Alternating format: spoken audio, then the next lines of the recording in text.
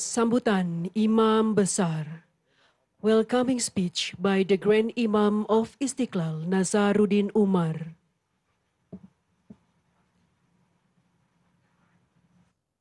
Bismillahirrahmanirrahim. Assalamualaikum warahmatullahi wabarakatuh. Selamat pagi, salam sejahtera untuk kita semuanya. Salam, Om Swastiastu, Namo Buddhaya, salam kebajikan. Alhamdulillah wa syukurillah wa salatu wassalamu ala rasulillah. Sayyidina wa habibina wa syafi'ina maulana Muhammadin sallallahu alaihi wasallam. Yang amat kami muliakan Bapak Paus Fransiskus, pimpinan tertinggi Gereja Katolik sedunia.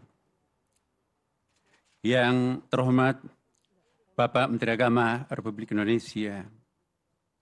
Yang terhormat Ibu Menteri Keuangan Republik Indonesia. Yang terhormat Bapak Menteri Komunikasi dan Informasi Republik Indonesia. Yang terhormat Bapak Menteri Investasi Republik Indonesia.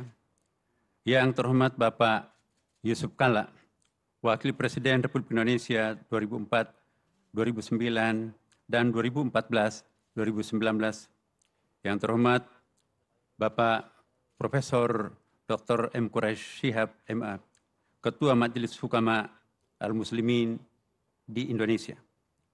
Yang terhormat seluruh ketua-ketua Majelis Agama dan Kepercayaan se-Indonesia, dan yang terhormat Bapak, Ibu, saudara-saudara sekalian, Your Holiness Paus Fransiskus, ahlan wa sahlan. Salam hormat dan selamat datang kami ucapkan. Saya sangat bersuka cita karena menyambut yang mulia di Masjid Istiqlal ini. Puji syukur kami panjatkan kehadirat Allah Subhanahu wa Ta'ala yang memberikan nikmat dan kesempatan kepada kita semua untuk berkumpul di pagi yang cerah ini dalam rangka interreligious meeting yang dihadiri oleh Your Holiness Paus Fransiskus, pemimpin tertinggi Gereja Katolik sedunia. Sebagai umat manusia dan umat beragama, kita semua pasti mendambakan kehidupan damai, tentram dan harmoni di tengah keberagaman masyarakat dunia dan dengan lingkungan alam yang seimbang. Akan tetapi, pada kenyataannya, saudara-saudara kita di berbagai belahan dunia ini masih banyak menderita karena konflik. Kita juga saat ini sedang menghadapi krisis lingkungan, perubahan iklim, pemanasan global, dan masalah lingkungan lainnya yang mengancam kehidupan kita. Oleh karena itu, pertemuan dan dialog para tokoh agama seperti yang dilaksanakan hari ini sangatlah penting dan dibutuhkan dalam menyelesaikan persoalan-persoalan kemanusiaan dan ancaman-ancaman kerusakan lingkungan. Masjid Istiqlal didirikan sejak tahun 1961 oleh Presiden Soekarno dan diresmikan pada tahun 1978 oleh Presiden Soeharto. Setelah memenangkan sayembara arsitek Mr. Silaban, seorang warga negara Indonesia, saudara kita dari umat Kristiani, membangun masjid ini dengan visi besar dan telah banyak melakukan terobosan untuk menciptakan harmoni kehidupan bangsa Indonesia dan juga dunia. Masjid Istiqlal yang telah direnovasi oleh Presiden Joko Widodo bukan hanya rumah ibadah umat Islam, tetapi juga rumah besar untuk kemanusiaan.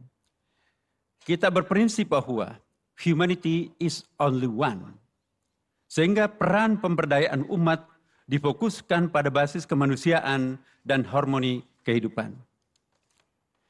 Semenjak saya bertugas sebagai imam besar Masjid Istiqlal, saya telah menegaskan bahwa Masjid Istiqlal bukan hanya rumah ibadah bagi kita umat Islam, tetapi juga sekaligus rumah besar bagi kemanusiaan.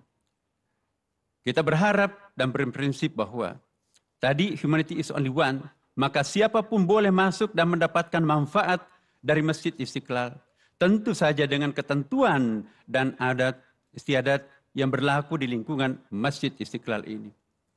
Siapapun boleh masuk untuk mencari kebaikan bagi umat manusia melalui masjid ini. Sejak awal, Masjid Istiqlal berfungsi untuk membudayakan dan melayani semua orang. Hadirin yang berbahagia, di samping acara-acara ritual keagamaan Islam, Masjid Istiqlal juga secara reguler melaksanakan kegiatan interfaith, interculture, diplomatic activities, dan lainnya. Masjid Istiqlal dilengkapi dengan berbagai fasilitas pembelajaran formal dari kelompok bermain, taman kanak-kanak, Raudatul Atfal, pendidikan dasar dan menengah yang siswanya mencapai 1.100 pelajar. Kami juga mengadakan pendidikan kader ulama, khususnya ulama perempuan di level master dan doktor yang berkolaborasi dengan Universitas PTIQ Jakarta dan kampus-kampus besar dunia, baik di Timur Tengah, Eropa, maupun Amerika Serikat. Semua ini bertujuan untuk menciptakan ulama masa depan yang moderat dan mendunia. Selain itu, Masjid Istiqlal juga dilengkapi dengan fasilitas olahraga dan seni berupa gym center, retreat, panggung kesenian, pusat kuliner, dan bisnis center yang dapat diakses oleh semua warga, termasuk komunitas non-muslim. Basement dan lapangan parkir 2 lantai yang mampu menampung sekitar 1.000 kendaraan roda 4 dapat digunakan oleh jamaah Masjid Istiqlal, katedral, dan warga masyarakat lainnya. Masjid Istiqlal adalah satu-satunya masjid negara yang juga diharapkan mampu memberikan pembinaan terhadap lebih dari 1 juta masjid dan musala yang bertebaran di seluruh kepulauan negara Kesatuan Republik Indonesia. Dalam konteks ini, Imam Besar Masjid Istiqlal Jakarta diberi kepercayaan juga sebagai President of International Grand Imam Association dan President of National Imam Association. Masjid Istiqlal ini juga berfungsi untuk merawat toleransi dan moderasi umat beragama di Indonesia.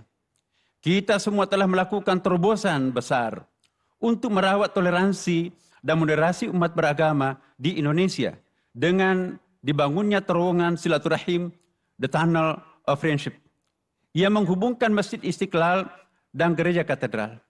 Inilah yang menjadi bukti betapa besar peran Masjid Istiqlal sebagai melting pot, khususnya untuk warga bangsa Indonesia yang majmuk dan berbineka tunggal ika.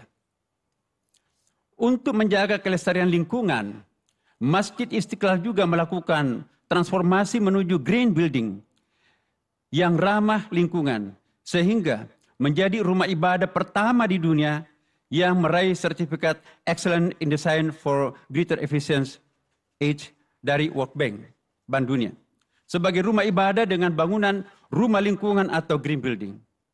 Hadirin yang berbahagia, kami menyampaikan bahwa kehadiran Your Holiness Paus Fransiskus di masjid terbesar di Asia Tenggara ini, atau terbesar ketiga setelah Masjid Haram di Mekah dan masjid di Madinah, tentu saja memberikan kehormatan besar kepada kami semua, segenap warga bangsa Indonesia. Kami sangat berbahagia bahwa Bapak Paus memberikan apresiasi kepada bangsa dan komunitas kami dengan mengunjungi negara dan tempat suci kami, kebanggaan kami di Istiqlal ini. Insya Allah, pesan dan cita-cita yang disampaikan oleh Your Holiness Paus Fransiskus tentu akan menambah semangat kita semua untuk menyuarakan harmoni di antara kita semua. Semoga Tuhan yang Maha Kuasa memberkahi kita semuanya. Terima kasih. Wassalamualaikum warahmatullahi wabarakatuh.